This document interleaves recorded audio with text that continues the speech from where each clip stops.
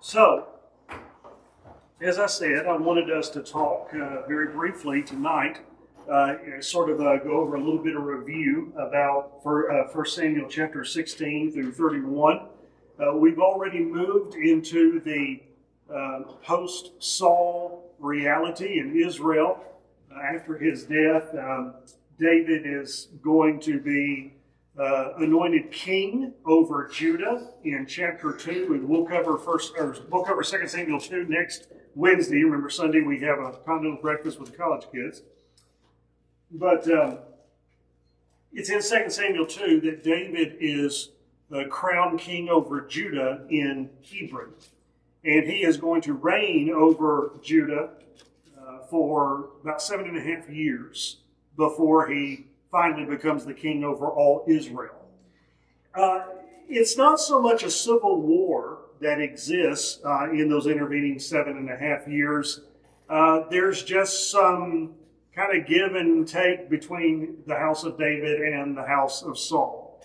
And it's really not Ishbosheth who's pulling the levers of power in the house of Saul. It's going to be Abner, who, if you remember, was Saul's top commander. He's going to be the one who's the power behind the throne. Okay, he's the puppet master, if you will. But that all is what we're going to be talking about going forward beginning next Wednesday night. What I wanted us to do is to go through chapter by chapter and briefly rehearse sort of some of the contents. One of the most effective ways that you can study the whole Bible is to keep a notebook or notepad or something and write a 1 or 2 sentence summary of every chapter. That's something that I have done throughout the years because it allowed me to form kind of like a mental Rolodex, card catalog, encyclopedia, whatever, that I can go through the chapters of the Bible and I kind of know what's the contents of each chapter. Does that make sense? And that helps me navigate my way through the Bible very quickly. And so I want to commend that practice to you. That maybe you read a chapter a day, maybe you read a chapter over a couple of days. The speed and frequency isn't as important here as just keeping a list of kind of what each chapter is about. And as you go through the Bible, it allows you again to kind of adopt a good navigation system. There's a reason why with our young children, the first things that we usually teach them are the books of the Bible. Am I right? Because of a child, when they learn the books of the Bible when they're young, okay, that allows them to go even deeper. Learning the books of the Bible is like learning the ABCs. You can't progress much in education until you learn your ABCs, and then there's a whole lot that opens up to you. Well, the same is true with learning the content of the chapters of the Bible. It again allows you a broader reference system. And it allows you to again, navigate your way through the Bible a little bit more easily. So as we go through these chapters, I just want to briefly talk about the contents. Now, at the end of the lesson, I'm going to have this question up for you to hopefully answer. I would like several of you to make comment on that if you don't mind. But I would like to know the answer to this question. What has resonated with you most in these chapters? As we've studied these chapters over the last 3.5 months. That may be hard to believe, but we've been in this section of 1 Samuel for 3.5 months. It's gone by pretty fast for me. Hopefully it hasn't been a slog for you. Hopefully it's gone fast for you, but we've kind of sped through these chapters and we've just kind of covered one chapter each class period. But it's gone by quickly for me. And I'd just like to know kind of what has spiritually really resonated with you from these chapters. We'll talk about that at the end. So beginning first of all with 1 Samuel 16, remember that we said this is the second half of Samuel, not only because it's right in the middle, but also because in chapter 15, Saul has been finally and ultimately rejected by God because he failed to utterly destroy the Amalekites. And God's like, I'm going to anoint somebody else, so we're going to start over. Remember the end of chapter 15, Samuel grieves as if Saul is dead, okay? And God comes to Samuel at the beginning of chapter 16 and says, how long are you going to wait for Saul? Like, I've moved on, you need to move on. And he sends Samuel to Bethlehem to anoint David as the next king of Israel. Remember, we said the key verse of that chapter is verse 7. I don't look at a man as man looks at man. You look at the outward appearance, but I look at the heart. That is such a key verse, not only for all of Samuel, but really for the entire Bible, that God doesn't look at things how we look at things. We so often judge by external factors and appearances, and God's like, no, I get to the heart of stuff. That God has the ability to penetrate the heart perfectly, thoroughly, can see everything. And so God just judges things differently than we do. And it's important for us to remember that we ought to try and follow God's example as much as possible, but also recognize there are going to be some things that are always hidden to us because we don't have perfect knowledge of people's hearts as the Lord does. But chapter 16, verse 7, I would argue may be the most important verse in all of Samuel. If you memorized one verse from Samuel, I would say it probably needs to be chapter 16, verse 7. But in the second half of the chapter, just as Samuel has anointed David and we saw that the Spirit of God rushed upon him at that moment, in the past it had been a periodic rushing of the Spirit. Usually the Spirit rushed upon someone when they're about to go into battle. Okay, it's like saddle up your horses, we're ready to go. But the Spirit rushes on David and there's no battle that's imminent. And we never read of the Spirit leaving David. And yet in the next verses we say that just as the Spirit rushed on David, the Spirit leaves Saul. And do you remember what replaces that Spirit with Saul? What's it replaced with? An evil spirit, okay, an evil spirit from the Lord. David is brought in to play the harp to soothe Saul, but this is when we start to see, Saul really deteriorate and make horrible choices. He becomes very paranoid, suspicious, etc., anxious, murderous, and that continues through, obviously, the rest of 1 Samuel. Chapter 17, most famous chapter in all of Samuel, no question, David and Goliath. David is presented as this very young boy, and he is not fit to go before Goliath because, he can't wear Saul's armor. He doesn't have a sword. The text makes a big deal about that. His brothers don't believe in him. But David is confident that the Lord is going to be with him and deliver him victory. David has experience with lions and bears protecting the flock of his father, and so he believes that just as I was able to take care of those threats, I can take care of this big bad threat. And so David's courage and faith is phenomenal in that particular passage. He wins a great victory over the giant Goliath, and Israel is able to rout the Philistines on that occasion. And overnight, we move from 17 to 18. Overnight, David becomes this national war hero, okay? They are acclaiming that Saul has slain his thousands, David his tens of thousands. And remember, we said that wasn't really meant to be a slight against Saul. He took it that way, but in Hebrew poetry, in kind of the poetic metaphors, 1,000 and 10,000 really were interchangeable. They just meant a lot, okay? It wasn't meant to be a comparison. It was just a way of saying Saul has slain a lot of guys and David has slain a lot of guys, but Saul doesn't take it that way. He takes it in the worst way possible. And that's when we notice that he starts to try and he look for ways to eliminate David. He tries to throw his spear to David, pin him against the wall. He sends him out on a mission that, hey, if you want to marry my daughter, you got to bring back 100 Philistine foreskins. And David, because he's a bad man, brings back 200. Yeah. So in that passage, we see that David is just growing in popularity. He can't lose in battle because it says several times in chapter 18, God was with him, God was with him, God was with him. Obviously, the beginning of the chapter is where we see his friendship develop with Jonathan. We often kind of think about them being the same age, but Jonathan could have been as much as 20 years older than David. And so it very well could have been like a little brother type relationship. But they were very, very deep friends. At the end of the chapter, we also see that David marries Saul's daughter because of the 200 foreskins. He marries Michal as his wife. And then when we move into chapter 19, this is where Saul is trying to get his aides at the beginning of the chapter to collaborate with him, to conspire with him against David. That doesn't work. He throws the spear again at David for the third time, and tries to pin David to the wall. David escapes, and remember, that's when he went home, okay? And his wife says, look, if you don't leave here, you're going to be dead by tomorrow morning. My dad wants to kill you. Remember, the troops come from Saul. They are looking for David. That's when Michal lies and says, well, he threatened to kill me and bolted out of here. First, she tried to say he was sick and made a little dummy, something in bed to maybe try and fool the people. But ultimately, Saul comes, realizes what has happened, frustrated or disappointed that his daughter has lied to him and held David.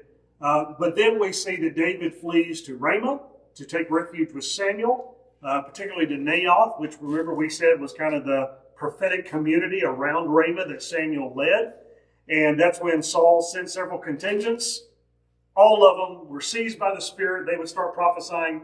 And Saul's like, well, if you want something done, you got to do it yourself. He goes. And remember, not only was he seized by the Spirit and started prophesying, but what else did he do? Involuntarily. Yeah, he just took off all his clothes and laid right in the middle of the street, prophesying. And so we saw this development in which David can't be touched. The power of God, the power of the Spirit rests so mightily on him, no matter what Saul tries, no matter how hard he tries, David has this kind of hedge of protection that cannot be penetrated. Then, when we move into chapter 20, this is when David comes to Jonathan and says, what in the world is going on? Your dad's trying to kill me. And Jonathan's like, well, no, it's not quite that bad. David's like, it is that bad. You need to talk to him. They come up with a system of, okay, I'm going to talk to him, come out. And if it's bad, I'll shoot the arrows this way. If it's good, I'll shoot the arrows that way. That's when Jonathan goes to the banquet for the New Moon Festival. And that's when Saul, in a very kind way, calls his son the son of a rebellious, promiscuous woman, to put it mildly. The Hebrew is pretty slang there. But he thinks that Jonathan is this horrible person. And so Jonathan realizes, yeah, my dad's trying to kill David. And they have this very, very touching parting scene at the end of chapter 20.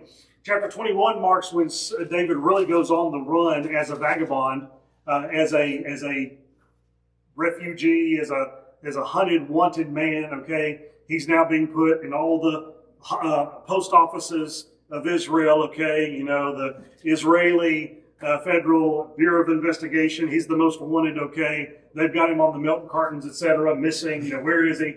He flees to Nob, which was near Jerusalem, near Gibeah. It's a town of priests. Ahimelech is the high priest. He wants Ahimelech to help him with food and weapons. And remember we said that, and he lies to him. He says, I'm on a secret mission for the king. You need to help us out. But he lies to him. And remember we said that there were these reminders that God's present. The bread of the presence. And then there's Goliath's sword that should remind him God helped you once. He's going to help you again. Just trust him. And then as Linda so excellently pointed out, we see that sword was actually behind the ephod, which was representative of discerning God's will. That's what they used to discern God's will. So you have all these things they're supposed to remind David, hey, stop panicking, stop lying, stop trying to manage this on your own, just trust the Lord.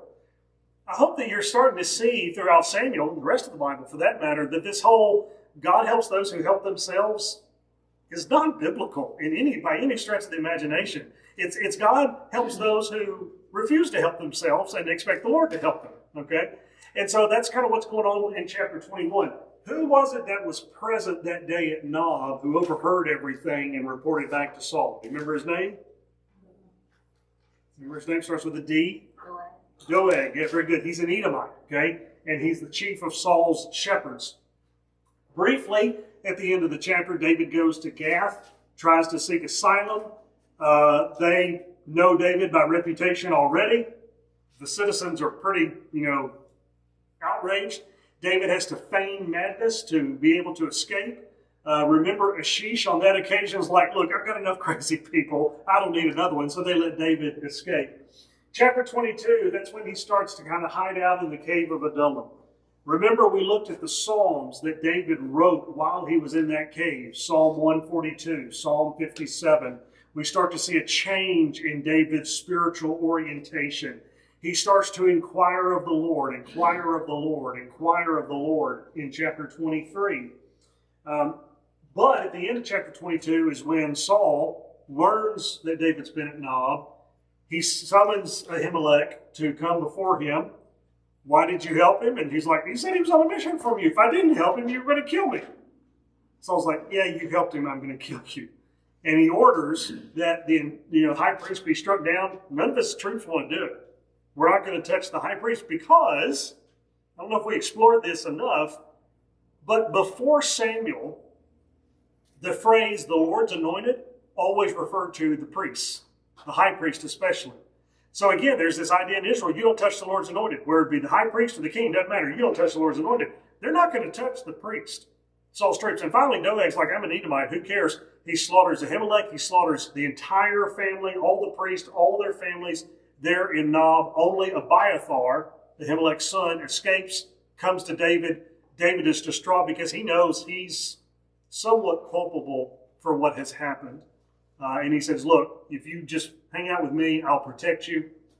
That's when we come to chapter 23.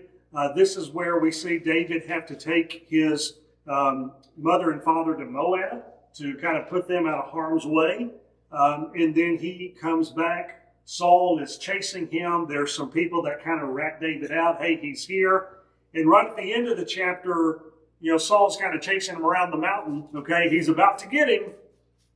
And then suddenly, the Philistines attack. And Saul has to go right off and fight the Philistines. And if you read the story, it's like, well, that's convenient. But we know better. We know the Lord was delivering David from danger by distracting Saul. And so once again, you see this theme continue. David enjoys complete protection by the Lord. He shouldn't have anything to fear. But as we've seen already in Samuel, and we could look at many other places in the Bible as well, but sometimes it's hard to trust God in the day-to-day things of life because it's messy. And it's hard to trust completely because for whatever reason, even though it may have seldom worked out for us, we feel like we're better off trusting ourselves. We're better off managing our own situations, try to mitigate consequences and circumstances. And we have a little bit too much of an inflated ego when it comes to our ability to bail ourselves out of trouble. I don't know how bad it's been for different people and different nationalities, different races, different cultures throughout history. But I know as Americans, the land where we like to say we pull ourselves up by our own bootstraps, this is not a good way of thinking, okay? This idea of pulling ourselves up by our own bootstraps does not square with the idea of trust and walking in faith with God. And so David, again, is sometimes struggling with this idea of trusting God. But right now, he's doing well because in chapter 24, David again is ratted out. The Ziphites were pretty unloyal people, okay? And they tell Saul again where David's at. Saul comes. Remember, he makes a pit stop at the 7-Eleven. He goes into the cave to use the restroom. And David is in there with all his men. And David has the ability to sneak up, okay, while he's on the toilet. And he can kill him. And David seems to be planning to do just that. And yet at the last moment, he has an attack of conscience and decides to simply cut off a piece of Saul's robe. Saul walks out. And David is conscience-stricken that he even cut off a part of the robe. But he calls out to Saul from a safe distance. He says, look at what I have. Okay, I could have killed you just now, and I didn't. And it seems as if in this story, not 26, but in 24, it seems as David is almost wrestling with, why didn't I do it? He kind of knows that it's wrong, but, I don't want to kill the Lord's anointed, but he's still kind of wondering, did I do the right thing here? All right, but Saul's like, I can't believe that you spared me. Clearly, you're not out to take my life. You're a better man than I am. I won't chase you anymore. Don't take that to the bank. Chapter 25, we said, is the story of where Nabal, the fool, refuses to honor David and his men because they have been providing what for Nabal's shepherds? What have they been providing for them for free? Protection. Protection. And we've already seen in the subsequent chapters, you've got the Amalekites raiding around the countryside, okay? They needed protection, right? Sheep are very valuable, etc.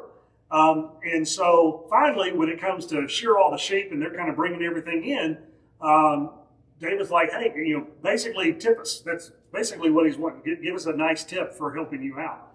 Nabal's like, over my dead body, the Lord's up in heaven going, we can arrange that.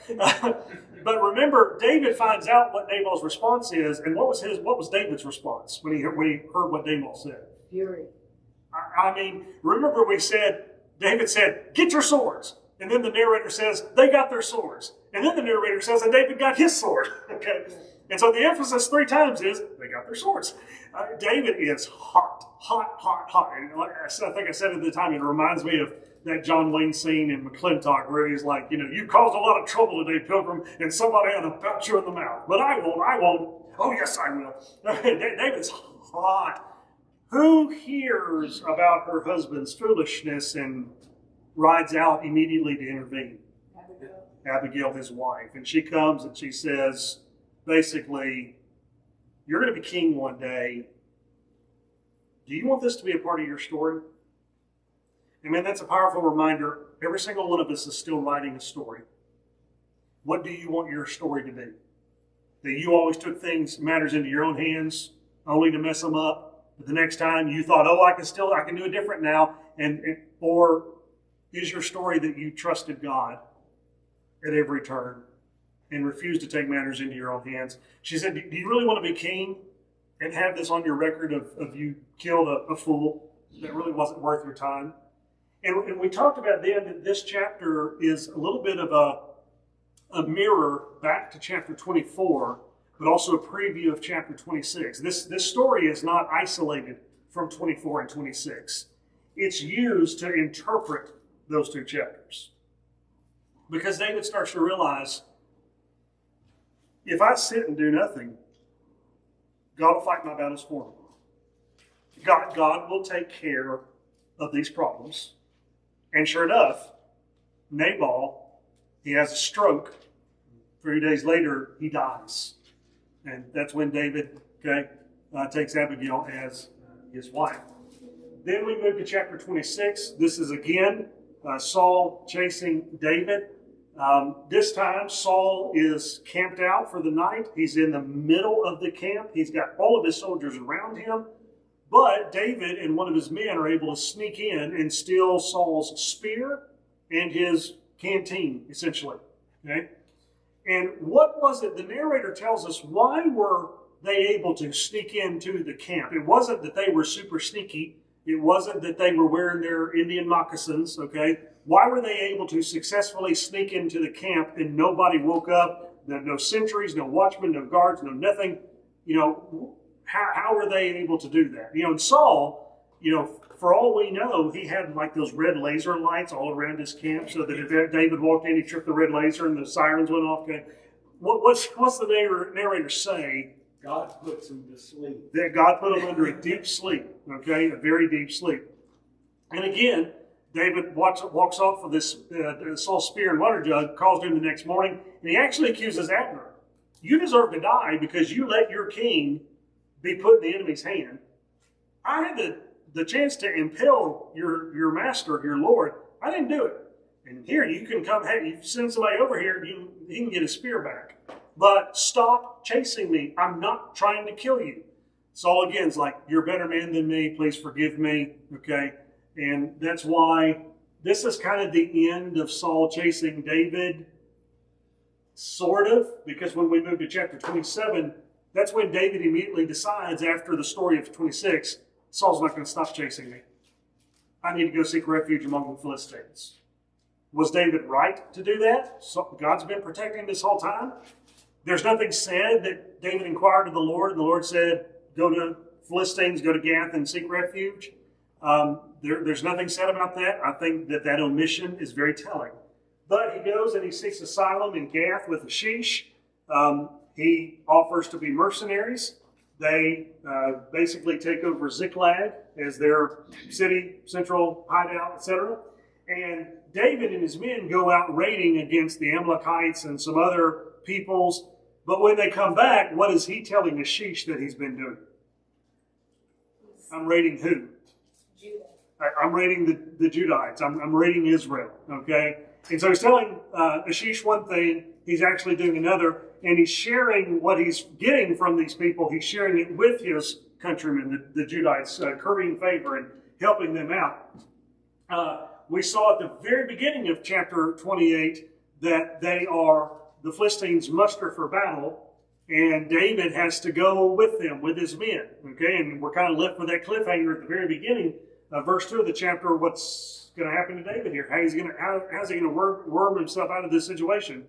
But then the rest of the chapter deals with Saul visiting the medium at Endor. Okay, and this is the lowest point of his life, no question, no question. He has never really been interested in seeking the Lord's will except for how it fit his own purposes, his own plans, his own agenda. He goes to the medium. At a time, he had thrown them all out of Israel, and now he's stooping to go to them. He wants Samuel brought up from the grave as a ghost. We talked about whether that practice was even legitimate. Could they really do it? My interpretation is they couldn't legitimately do it, and that's why the woman is so surprised when she actually gets Samuel to come up. She recognizes Saul somehow, and yet Samuel speaks to Saul. He doesn't speak through the medium, he speaks directly to Saul.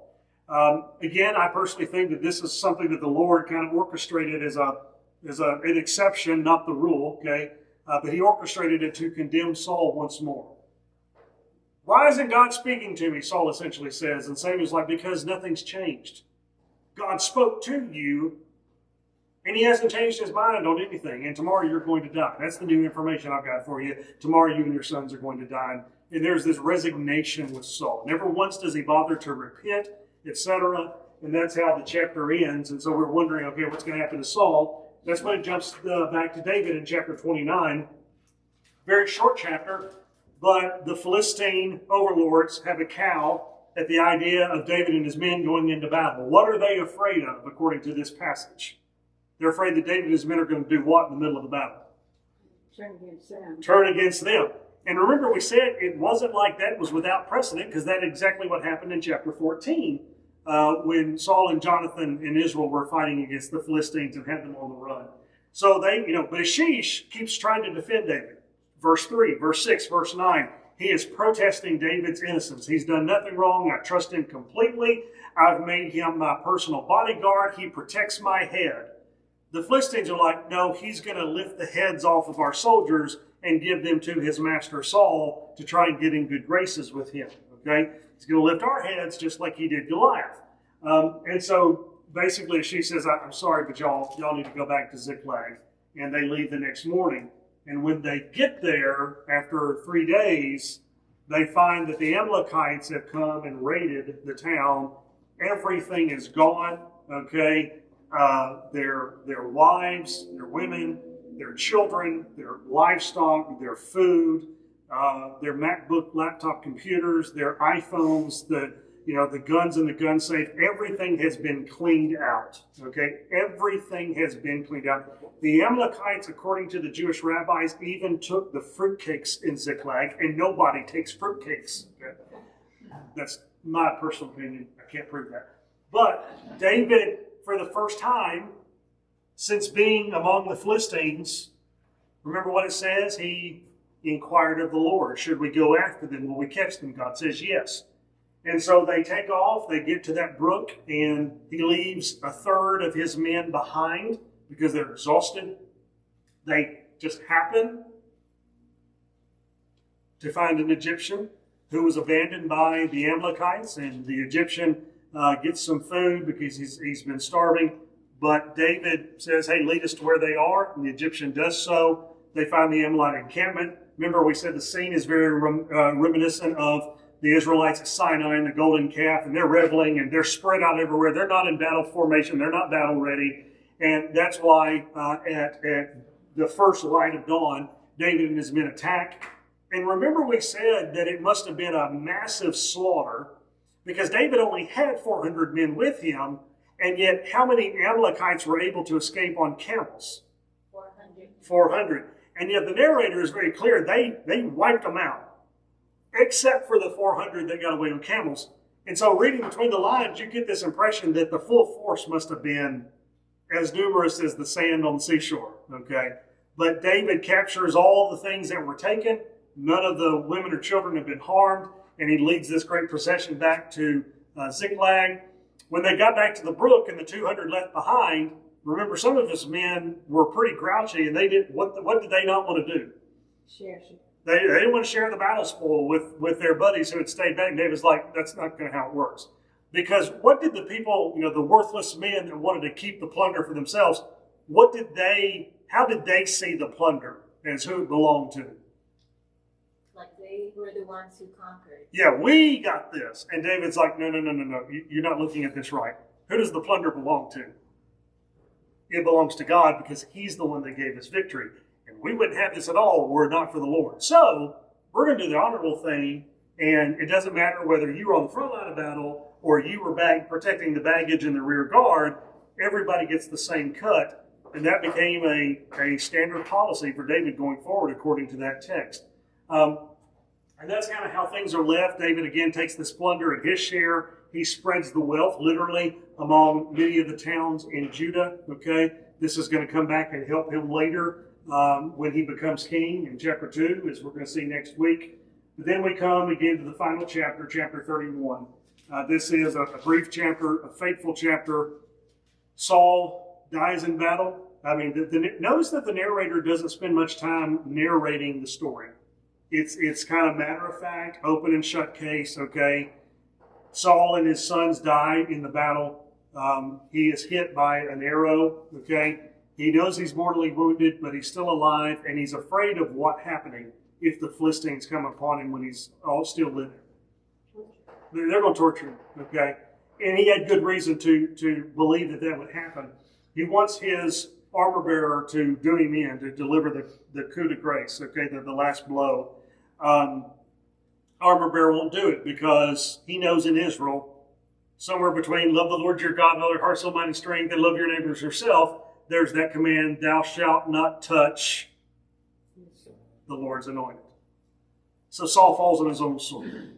The Philistines come, find his body, behead him, string him and his sons up on the bodies on the wall of Bethshan. Who was it that came all through the night to reclaim the bodies in secret and take them back and give it proper burial? The men of what town? Jabesh Gilead. And remember, what was the connection between Saul and Jabesh Gilead? What had he done for them at the beginning of his reign? He helped them not get their eyes gouged out. Yeah, he saddled up that massive army in chapter 11 of 1 Samuel, rode out to their deliverance. He delivered a great victory. The Lord delivered a great victory. And so out of a show of gratitude for what Saul had done for them 30, 40 years prior, the men of Jabesh Gilead, I mean, this is a different generation of men, 30, 40 years. The different generation of men now travel all through the night at great risk to themselves, retrieved the bodies and brought them back to Jabesh Gilead to give them a proper burial. In 2 Samuel 2, that we'll look at next week, David reaches out to Jabesh Gilead and says, essentially, thank you for doing that. Thank you for honoring your covenant of loyalty to our king. And he invites them. He kind of says, reading between the lines, you don't owe Saul a covenant of loyalty anymore. He's died. I hope that you'll give me that same covenant of loyalty and see me as your king. But David reaches out to them and says, thank you for doing that in that particular story. So, before we ask this question, any comments or questions about anything in those chapters? Any lingering, hey, what about, I don't understand? Yes, ma'am. I'm kind of worried about David's wife, Saul's daughter. Mm-hmm.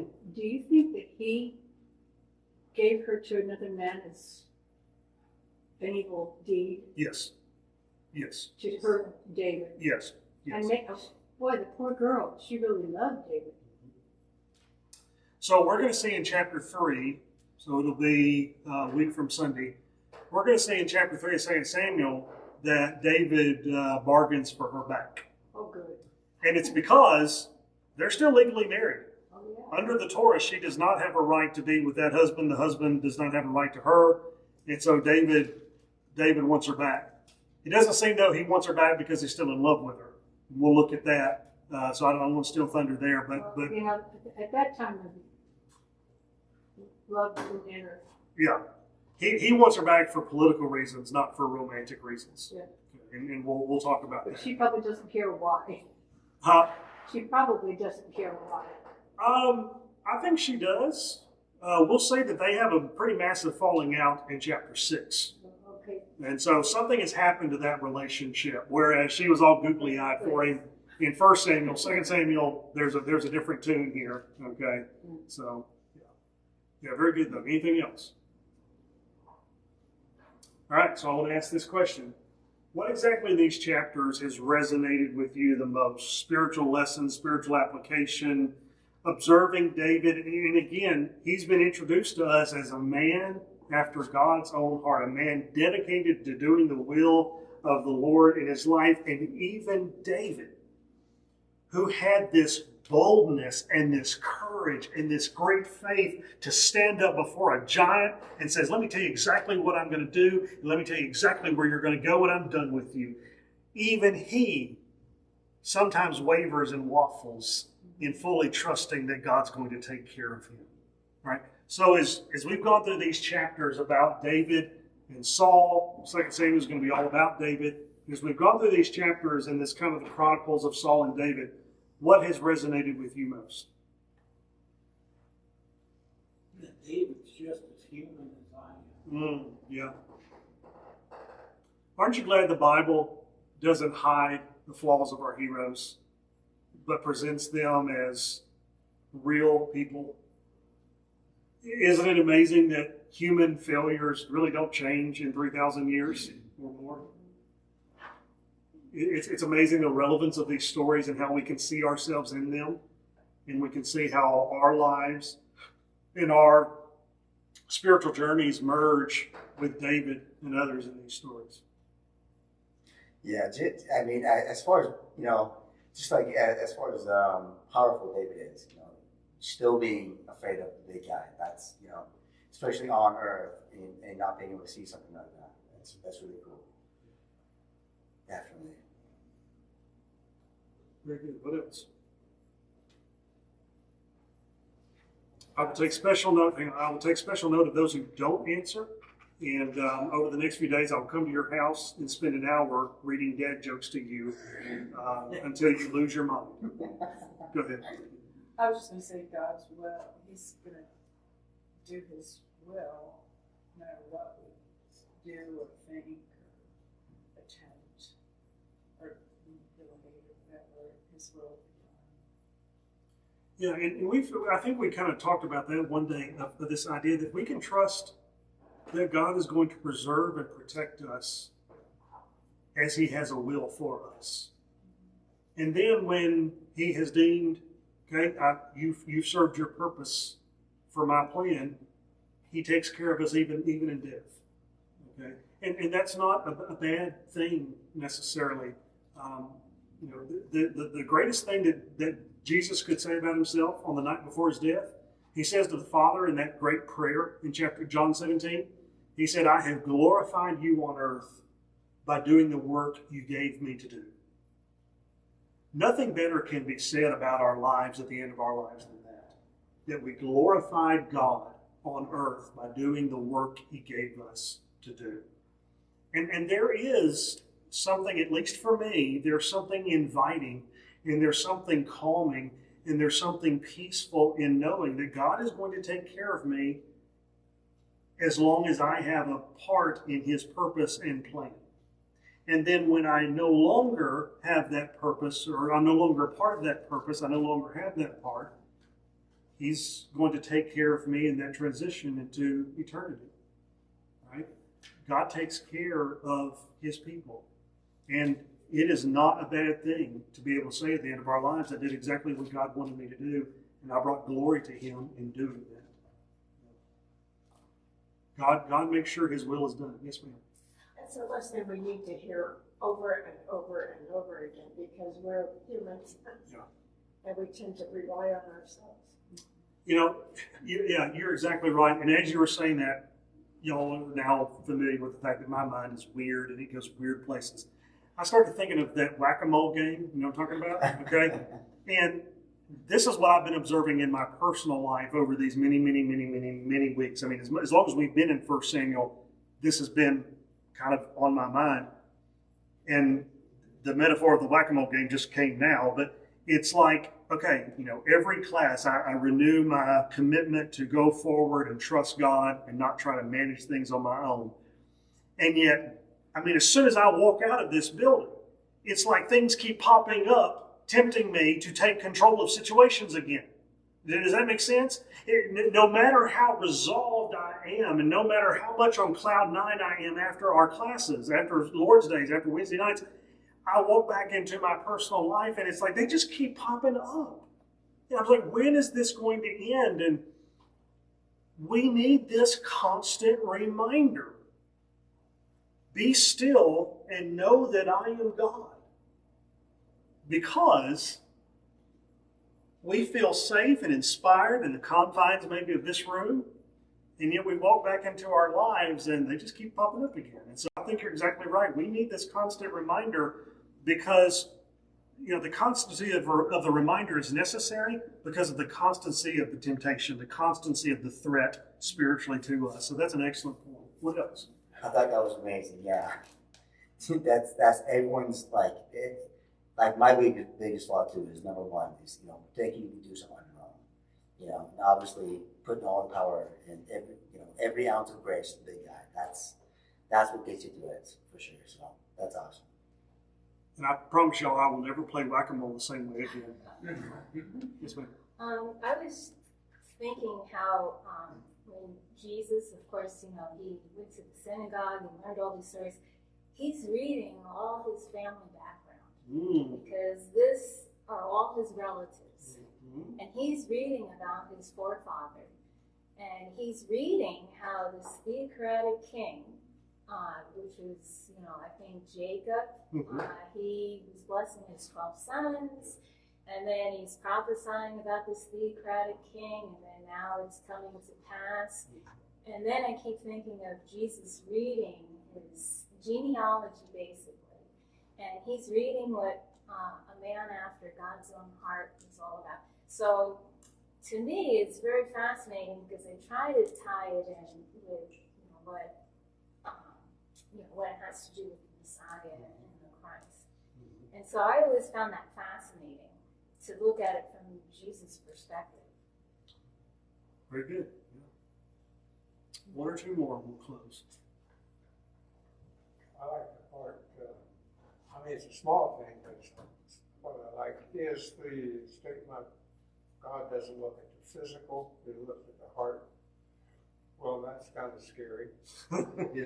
Because no matter how we dress up and try to come to church looking good, he knows what's inside of it. That's right. I grew up in a church culture. I've often said sometimes there's things here that I don't have to care about like I did in the South, and I love it. Growing up, you were expected to go to church on Sunday looking your best, the best you had. And we came up with all kinds of stupid scriptural arguments for it. Like, well, if you were going to meet the Queen of England, and I'm sitting there going, I don't care about the Queen of England. I'd probably wear jeans and a t-shirt. But, and in the Bible, they wore their best before God and all these other things.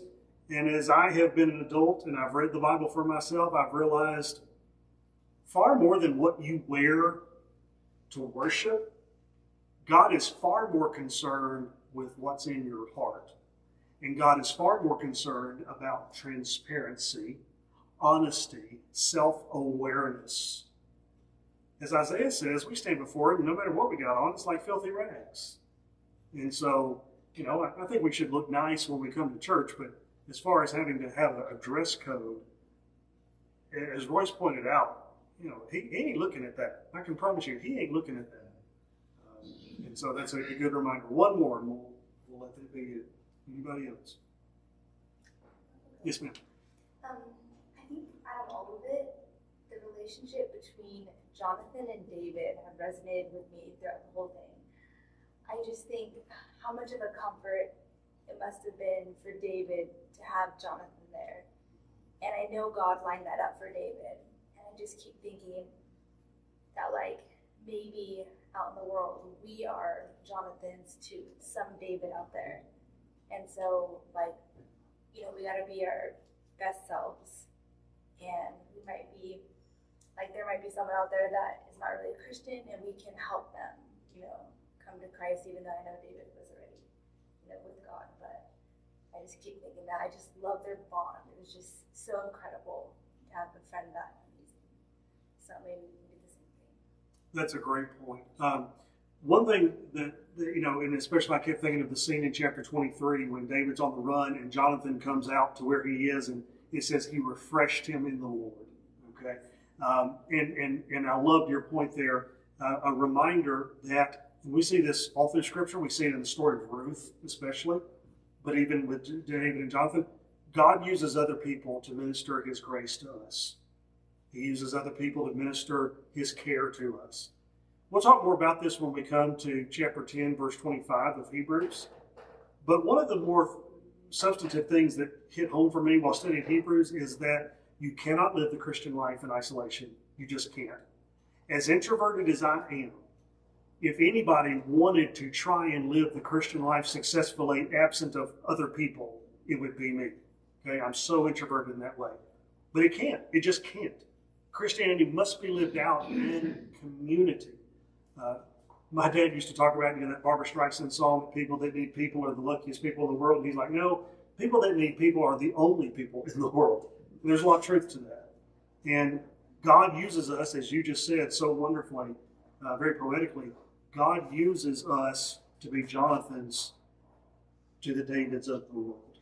He uses us to minister His care, His grace. Okay, God uses other people to remind us of His love. And that's why it's so important that we learn to turn aside to those that are in need of encouragement and comfort and strength, because God may be trying to help them through us. Thank y'all so much for being here tonight. Thank you so much for your input. I want to mention two things before we close in a word of prayer. Remember that I've given you two homework assignments in our study of 1 Samuel. One, find something that reminds you of a time when God came through for you. Have some sort of tangible thing in your life, an icon, a memento, something that reminds you of a time when God came through for you, and have it somewhere that you can see it often and remind yourself. Because as you said just a minute ago, we need the constant reminder that God is going to be there and take care and protect and defend and provide. But the constancy of that reminder is necessary because of the constancy of the threat. So if you haven't already, let me encourage you, I promise for the final time, for the foreseeable future, find something that reminds you of that. The second homework assignment was to write a psalm of lament. I don't expect you to ever share it with anybody, okay? But I would like for us to get in the habit of writing down our thoughts, our prayers, because there's a catharsis to it. There's a way in which it reinforces our trust and our faith. Keep it somewhere special that you can go back and read it in the future. I've done that with the laments that I have written in the past, and they are always a reminder of, that's how I felt then. God did something. I don't feel that way now, and it helps me going forward. So get a memento if you haven't already.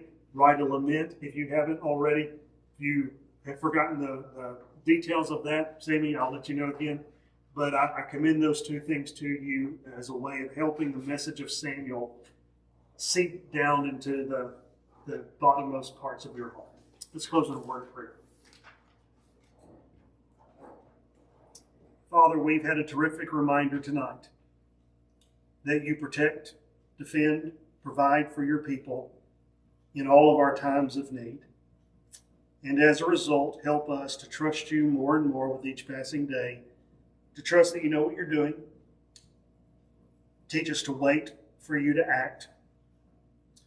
Teach us to turn aside, that in the midst of our faith and our hope, we don't forget love.